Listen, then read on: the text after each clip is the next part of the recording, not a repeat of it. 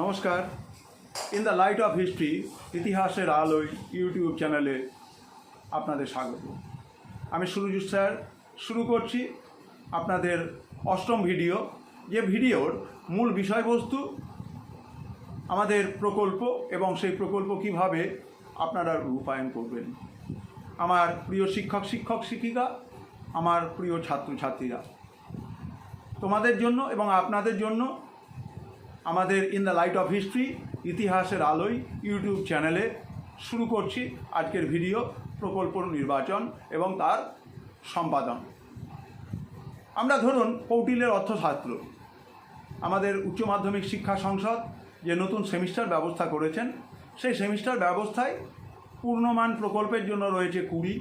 সেক্ষেত্রে আপনাদের প্রথম সেমিস্টারের যে প্রথম 3টি অধ্যায় রয়েছে, সেই অধ্যায় থেকে আপনারা 10 নম্বরে প্রকল্প করাতে পারেন, অথবা দ্বিতীয় সেমিস্টারের জন্য যে ডেসক্রিপটিভ এবং অ্যানালিটিক্যাল অংশটি রয়েছে, সেখান থেকে আরেকটি আপনারা প্রকল্প নির্বাচন করতে পারেন।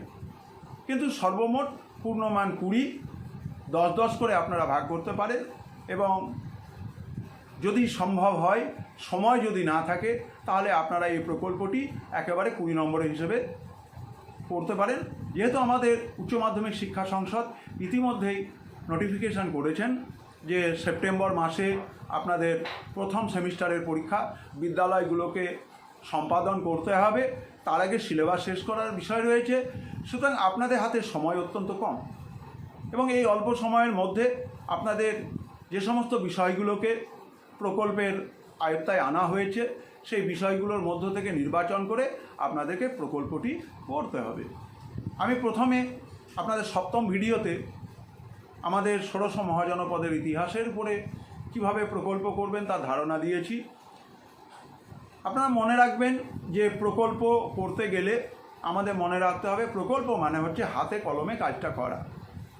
ধরুন আমরা যদি কৌটিল্যের অর্থশাস্ত্রটাকে ধরি, তাহলে কৌটিল্যের অর্থশাস্ত্র এটি বিষয়, এবং তার উপর থেকে আমাদেরকে তথ্য সংগ্রহ করতে হবে, তথ্যগুলোকে বিশ্লেষণ করতে হবে যে এই তথ্যগুলির মধ্যে কোনো ধরনের কোনো অতিরঞ্জিত বিষয় কোনো কিছু আছে কি না, এবং পাশাপাশি কৌটিল্যের অর্থশাস্ত্রের সমসাময়িক যে সমস্ত উপাদানগুলো রয়েছে, সেখান থেকে আমাদেরকে এর তথ্যগুলোকে ভেরিফিকেশান করতে হবে।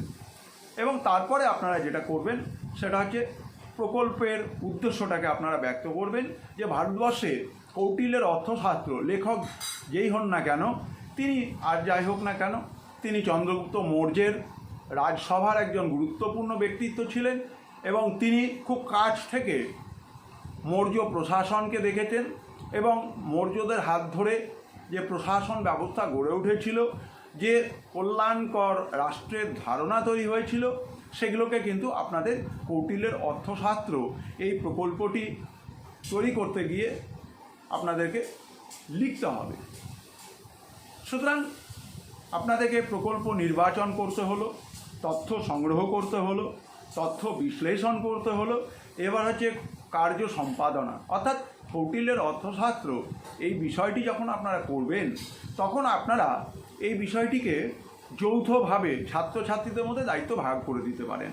কোনো ছাত্রছাত্রীর যে ছোট ছোট দল বা উপদল থাকবে, তারা তথ্যগুলোকে সংগ্রহ করবে, এবং তথ্যগুলোকে নিয়ে আপনি আপনার ছাত্রছাত্রীদের মধ্যে বিশ্লেষণ করবেন, পুঙ্খানুপুঙ্খভাবে তার সঠিক এবং নির্ভুল দিকগুলোকে তুলে ধরবেন। আশা করা যায় যে কৌটিল্যের অর্থশাস্ত্র আমাদের বিতর্কবিহীন একটি ডিসকোর্স, যে ডিসকোর্সে ছাত্রছাত্রীরা এবং শিক্ষক শিক্ষিকারা, মহাশয়াগণ অত্যন্ত দায়িত্ব নিয়ে এবং নিখুঁতভাবে তারা ভারতবর্ষে রাষ্ট্র পরিচালনা কিভাবে সম্ভব, সেই রাষ্ট্র পরিচালনাতে কৌটিল্যের অর্থশাস্ত্রের অবদান সেটিকে তুলে ধরতে পারবেন। আমরা যদি এই যে অধ্যায়টি রয়েছে, সেই অধ্যায়ে আমরা দেখতে পাবো যে আমাদের সিটি স্টেটের ধারণা রয়েছে, গ্রিসের নগরাষ্ট্রের ধারণা রয়েছে, এবং সেখানেও কিন্তু আমরা দেখতে পাই যে মেকিয়াভেলি বলে এরকম আমাদের ভারতবর্ষে কৌটিল্যের মতোই সমগোত্রীয় আর একজন ব্যক্তিত্ব রয়েছেন। সুতরাং এখানে আপনারা একটা তুলনামূলক আলোচনা করতে পারেন।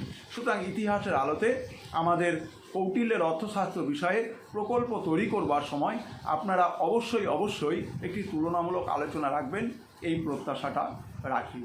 আজকে আমাদের অষ্টম ভিডিও প্রকল্প বিষয়ে কৌটিল্যের অর্থশাস্ত্র এখানেই শেষ হচ্ছে। প্রকল্পটি আপনাদের উপকারে লাগলে আপনারা সাবস্ক্রাইব করবেন, শেয়ার করবেন, লাইক দেবেন এবং আমার প্রিয় ছাত্রছাত্রীরা, তোমাদের যারা বন্ধু রয়েছে, তোমরা যারা আমার in the light off history ইতিহাসের আলোয় ইউটিউব চ্যানেল দেখছো, তারা তোমাদের বন্ধুদেরকে সাবস্ক্রাইব করবার জন্য অনুরোধ করবে।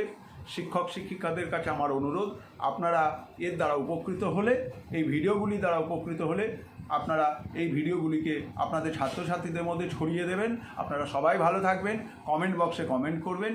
আমি সর্বদাই আপনাদের পাশে আছি, আপনাদের পাশে রয়েছে in the light off history ইতিহাসের আলোয় ইউটিউব চ্যানেল। আপনাদের সবাইকে ধন্যবাদ জানিয়ে শেষ করছি। নমস্কার।